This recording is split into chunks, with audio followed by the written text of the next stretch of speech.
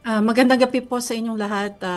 Pasensya na po, medyo na-delay tayo dahil nanggaling po tayo sa isang lugar na kung saan yung mga kababayan ho natin naapektuhan dun sa pag-atake ng Iran kaninang madaling araw. So Mm. binisita po natin labing walo pa po sila. Oo. Saan po yun, ma'am? Diyan dito sa central part ng Tel Aviv, Okay. mga hotel workers sila. So, Mm. natamaan yung hotel na tinitirhan na kung saan sila nagtatrabaho at syempre nakatira. Oh. Buti na lang, lahat sila nakapunta dun sa bomb shelter at timing na timing yung Oh. pagsara ng pinto ng bomb shelter, Ayun. dun nagkaroon ng impact dun sa hotel.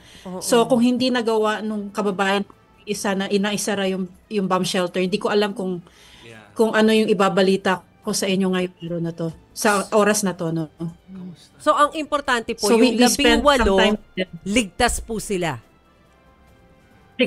Ligtas sila. Definitely. No, walang scratch. Yun nga lang, traumatized sila. Oo, oo, No, so oo. we spent several hours with them, talking to them, finding out kung ano yung condition nila. Tapos nilipat naman sila nung employer nila sa ibang hotel. Tapos doon na nga namin sila minute. Diniscuss namin yung sitwasyon nila. Meron nga silang yung isang kababayan natin.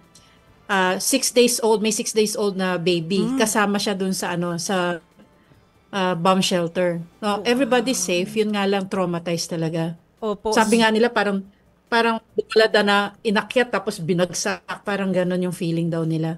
Oh, yeah, we understand. So, kung ano po, kung thankfully nakaligtas naman po yung 18, so ano po yung mga kailangan nila ngayon? Doon sa kanila naman po may mga go bags sila, so meron silang mga pananamit. Tapos ang chinek din namin kung ano yung status ng hotel. Sabi nung isa sa mga may-ari, chinecheck daw nila kung maaaring balikan para makuha yung mga gamit ng mga Mm-mm. kababayan natin. Mm-mm. So may ganun pang possibility. So actually silang lahat ho, dahil may go bag sila, nandoon yung lahat ng mga passports nila, yung mga important documents nila. Mm. Ambassador, bukod po dun sa 18 Pilipino na binisita po ninyo kanina, gaano po kadami yung mga Pinoy na affected dyan sa Israel because of the attack?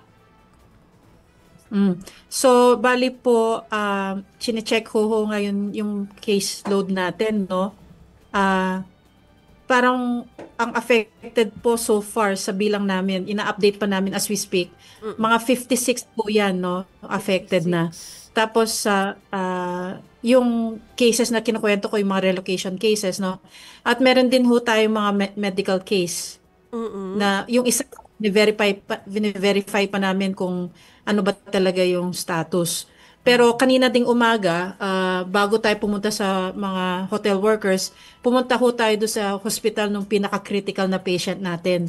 At doon ho, nakipag-usap tayo doon sa kanilang doktor to see kung anong prognosis nila. Nandoon naman din po yung kapatid nung kababayan natin. At I have to say, napaka ganda ho nung hospital. Isa po yung hospital na to, yung Shamir Hospital. Isa po siya sa pinakamagaling na hospital dito sa Israel, lalo na sa mga trauma cases po. Kasi po yung Mm-mm. kababayan natin, bumigay po, apektado yung, yung right lung po niya, no? So, Oh. in the past few days, they've been monitoring her. Since yesterday, minomonitor po siya kung pwede siyang uh, i-opera na. Kasi Oo. dahil nung pagkakuha po sa kanya, ah, malala po yung condition niya. So, kanina po makikita nyo, kung nakikita nyo lang sana, I think we have some photos po sa Facebook namin. Mm. Makikita nyo, napaka high-tech mga gadgets na mga hospital equipment na nakakonekta sa kanya. State of the art po. At na-meet na rin po natin yung mga nagmamanage po ng hospital. And they've been very kind and very accommodating po. And when the family member asked pa paano yung gastos, they said, wag natin pag-usapan yan. Ganun ho yung pagkabanggit sa kanya. Mm-mm. Yeah. Ma'am, alam namin na hindi pwedeng lumipad ngayon o bawal lumipad sa mga airspace. Pero meron na po bang mga nag-reach out sa ating embahada na nag-express na gusto pong umuwi, takot na takot gustong umuwi sa Pilipinas? Sa ngayon po, meron pong 15, may 24 po na nagsabi sa atin since June 13 po, since June 13, may 24 po na nag-signify na gusto nilang ma-repatriate. Pero yung, syempre, ini-interview po natin, no, and everything, 15 po, yung desidido talaga na aalis. Yung pinakamabilis na paraan, 15 po yun. If you notice po, 15 po yun, ang total population niya, kumpara sa total population po ng mga Filipino dito ay 30,000. No? So, wala po yung ina-expect natin na maraming nagsa-sign up para sa repatriation po. And in fact po, para lang sa kaalaman po ng publiko din, hindi po tumigil yung voluntary repatriation po dito sa Israel simula noong October 7, 2023. At from that time hanggang bago nangyari itong sa sitwasyon with Iran, ang nai-repatriate na po natin ay 1,333 po na Filipinos na umuwi na po sa Pilipinas. So ngayon po, dahil sarado po yung airspace dito sa Israel, walang eroplanong pumapasok o lumalabas, ang ino-organize po namin ngayon by land. No? So pati na po yung mga nandito na turista, nandito may mga nag-a-attend din po ng mga conferences. So lahat ho yan, unti-unti, by land ho na lumalabas via Jordan po. Via So Jordan. pwede, may way. Ma'am, balikan ko lang yung 56 affected Filipinos po na nabanggit ninyo kanina. Ito pong 56 na to, affected but not necessarily injured.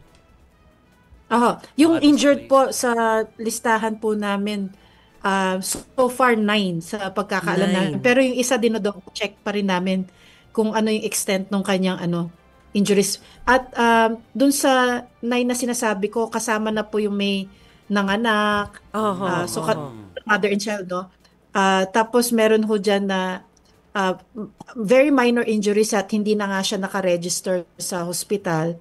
Pero meron din nag-receive ng mga first aid, no? So yung talagang tumira, nagpalipas na mga araw sa hospital, 3 ho. Pero ang talagang nabantayan namin, itong very critical na case na isa. Ma'am, linawin ko. Yung isa moderately critical, nakalampas, it's just that yung isa, after she gets well, kailangan tignan ko anong impact, no? Baka may mobility issues siya, no? After. Hindi namin alam kung ano specifically muna at this point.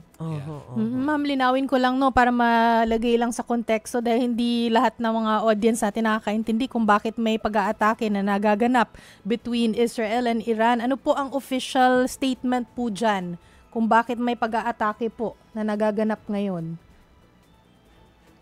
Actually, ayoko pong magbigay ng kasi ito po yung mga position ng Israeli government. Mas maigi po sana kung manggaling sa ambassador ng Israel yung gano'n na position, no? Mas nasa position pa po siya na magbigay ng statement tungkol sa bakit umatake ang Israel sa Iran. Pero ang sa atin po, for the Philippine Embassy, ang focus ho natin talaga yung kalagayan ng mga kababayan natin. Ma'am, para po dun sa mga pamilya na naririto po sa Pilipinas at gusto po nilang, baka merong nahihirapan na makontak yung kanilang mga kaanak dyan sa Israel, paano po sila pwedeng makapag-communicate nang malaan yung sitwasyon ng kanilang mga kaanak? Actually po, ang internet hindi po tumigil dito sa Israel. Nice. So pwede kong tawagan sa Viber, sa WhatsApp, or sa telepono, or sa Facebook po ng mga kababayan natin.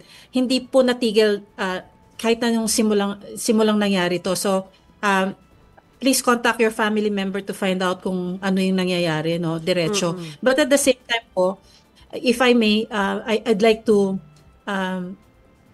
say the telephone numbers of the Philippine Embassy. Pwede rin ho kayong connect dito sa embassy. We have a 24/7 hotline, no? Okay lang po ba? Yes, Nabanggitin ma'am. ko Go yung ahead po. Salamat po. So, ang telephone number po, yung 24/7 hotline emergency number, plus 972-5446-61188. Tapos po, yung assistance to nationals number natin, plus 972-5091-14017. At present po kami sa Facebook, sa Facebook po yung page namin at saka yung Messenger, PH in Israel po. So lahat ho, minaman po ng embassy team po yan. We're 24/7 ho, nandito po kami sa mismong embahada.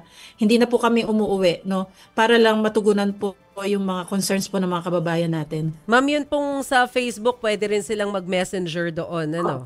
Opo, para po. Okay. Pwede ho yun at ready po to respond. At pinapasa ho, meron ho kaming grupo dito na nagko-consolidate ng lahat ng mga tanong, mga questions, kahit na yung mga bali-balita na kailangan naming i-verify, no? Like, kung meron nawawala or ano. So, itong team, yung mga teams po namin, vine-verify yan, pinupuntahan ho para masigurado. Okay. Sige po. Ambassador Eileen Menjola, marami pong salamat. Thank you, ma'am. Ingat po kayo dyan. Maraming salamat din po sa opportunity, Jovi, Maricel at Chiki. Thank you, ma'am. Thank Good you, luck po. ma'am.